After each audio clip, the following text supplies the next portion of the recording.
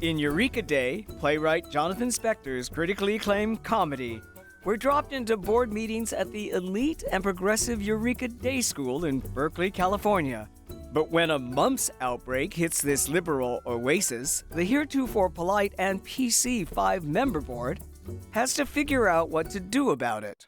They fail miserably as the vaxxers square off against the anti-vaxxers. What we'd be saying is, I'm not willing to subject my child to even the tiniest amount of risk so that we can protect people's elderly parents with cancer or a newborn baby sibling. I mean, is that really the kind of community you want to be a part of?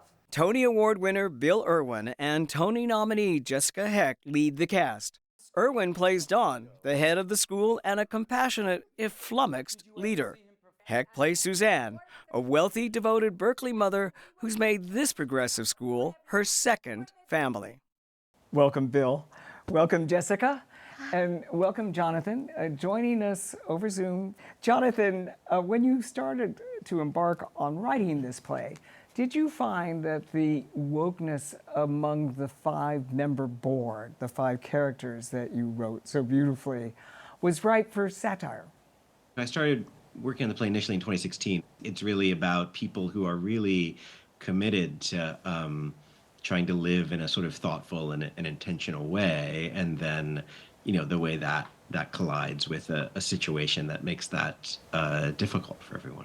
Bill, you were born in California. You're a Californian, and you spent some time in Northern California? Yes, I did, both as a Californian and as a school administrator and as a veteran of the 60s and 70s. Yeah, it was a mirror to a certain extent in that role. For Jessica Hecht, playing Suzanne meant exploring the complexities of good intentions. I feel like her desperation to be in an environment where children are happy, that motivates everything. So the fact that she's in some way protecting this idealistic nest is where she gets into a little bit of trouble. I'm giving so much of her failure. She's actually been wildly successful. The play's centerpiece is a scene that has audiences howling with recognition. At a live-streamed board meeting, parents are invited to log on, and their comments, which quickly devolve into rancor and insults, are projected against the back wall of the set. Are they the only answer? Or are they the best answer? For me, that I'm not so sure about. You just mean that it's one thing if The people in the room are trying to have a good faith conversation, even if it gets difficult at times, and that the kind of vitriol that people unleash each other online, even those people would never do that if they were in the room Absolutely. With the other people. There's something about the dehumanizing nature of communicating, you know, with a screen that sort of allows us to be vicious in a way we wouldn't be.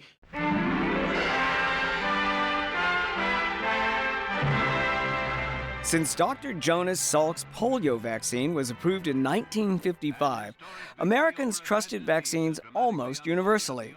But in recent years, that trust has eroded. In the process of writing this play, given the polarization that we're witnessing now, and given the intractability of reaching consensus, does this make you hopeful that we can ever communicate, reach a place where we do look for the common good while taking care of the minority?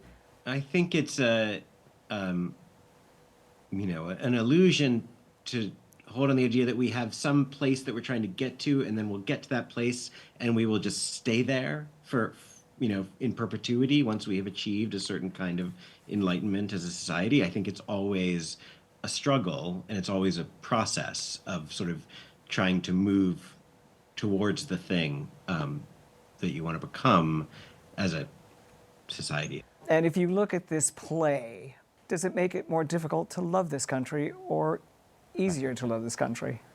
This is such an interesting time because I'm an old timer. I love this. I love my people. I love the dirt of this country. So it's like the play itself. It's full of huge, possibly unanswerable questions. You know, my therapist says life is one long cost-benefit analysis. You need to get a new therapist.